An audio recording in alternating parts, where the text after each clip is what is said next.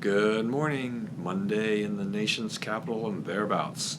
All right, quickly in the news, the FBI Director James Comey, former FBI Director James Comey, there was a lot of stuff going on there about what he knows or what he doesn't know and everything like that.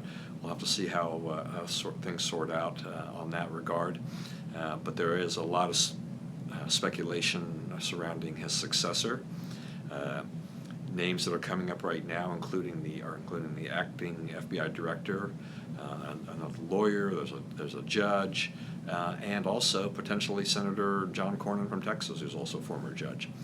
And my comment here is just that I think that President Trump would be better off making sure that disappointment has appeared. Oh yeah, even Merrick Garland as well does not look like a direct political partisan person. I think that's what kind of rules Cornyn out for me, is that that looks like, it just looks like too much of put a Republican in and he'll just put the kibosh on any unfavorable potential investigations. So I don't think that would be a good thing, and I don't think necessarily Cornyn would sail through with his colleagues. I think the atmosphere is so politically charged at this point that it's possible that a nomination like that could easily fail as well. Miss USA contest, the winner was from representing D.C., 25-year-old Karen McCullough. And the only reason I mention this is just that she elicited quite a Twitter storm, social media storm, after she was asked a couple of questions on healthcare, on feminism. She said that she's not really a feminist, that she's for equalism, that everybody should be equal.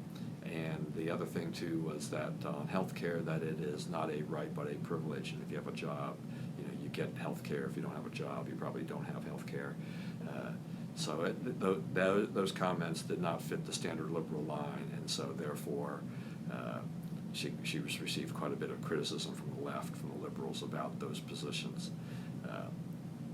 Also, President Trump spoke at Liberty University over the weekend, commencement speech, huge crowd, and it is kind of preaching to the choir, but hey, there's no problem with that. I mean, the liberals preach to the choir all the time because they're speaking at most of the other college and universities, and most of them are liberals. So liberals speak to liberals, conservatives speak to conservatives. I think that's just fine, except that you never do get conservatives speaking at liberal places usually, at least for commencements. It's pretty rare.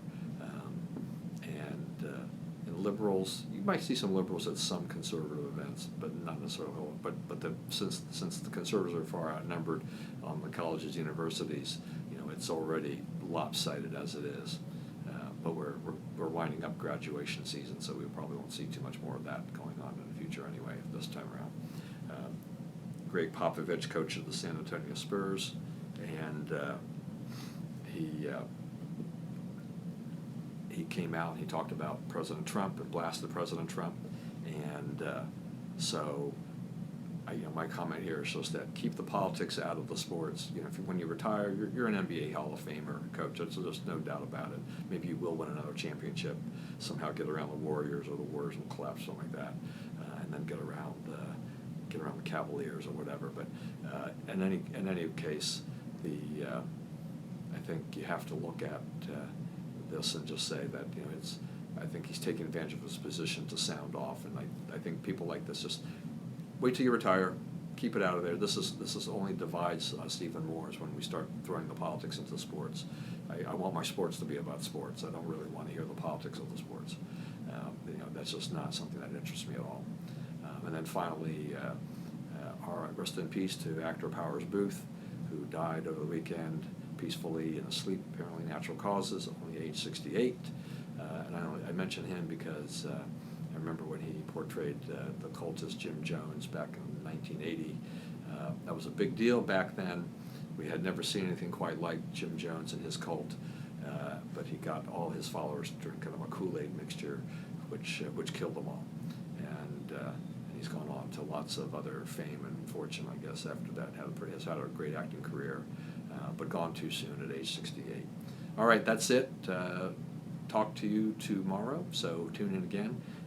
keep watching us on Caves Corner and the Bias Buzz podcast, and maybe we'll have some other ones coming up in the future as well. All right, until then, stay safe. Have a great day.